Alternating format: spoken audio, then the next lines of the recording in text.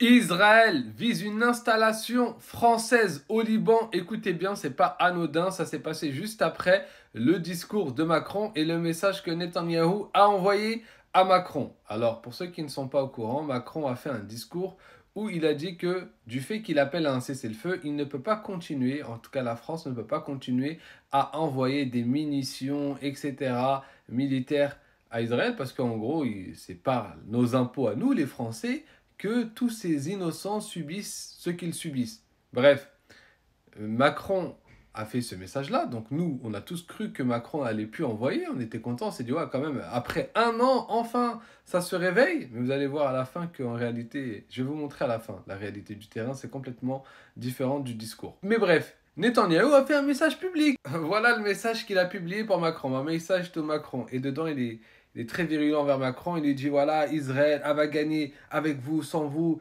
et votre honte résonnera, etc. Bon, bref. Et bien, juste après, regardez. Après les déclarations de Macron appelant à l'arrêt des livraisons d'armes vers Israël, l'entité sioniste se déchaîne sur les intérêts économiques français au Liban.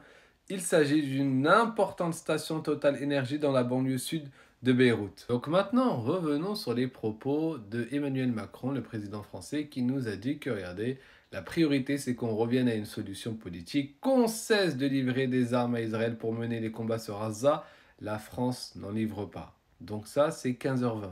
Regardez, quelques heures plus tard. 1h40 après, qu'est-ce que ça nous dit? En direct, livraison d'armes. La France continuera d'exporter vers Israël les composants nécessaires à sa défense. Donc voilà, ils ne vont pas du tout s'arrêter. Parce que depuis le début, tout ce qu'ils ont envoyé, c'était au nom de la défense d'Israël. C'était au nom de la défense. Donc en fait, il n'y a aucun arrêt qui va avoir lieu. Et en plus de cela, Netanyahou les a humiliés et aucun média français parle de cette installation totale qui a été visée. Aucun. Parce qu'ils ont peur de Netanyahou. Ou alors tout simplement parce que les médias français, on sait quel intérêt ils servent.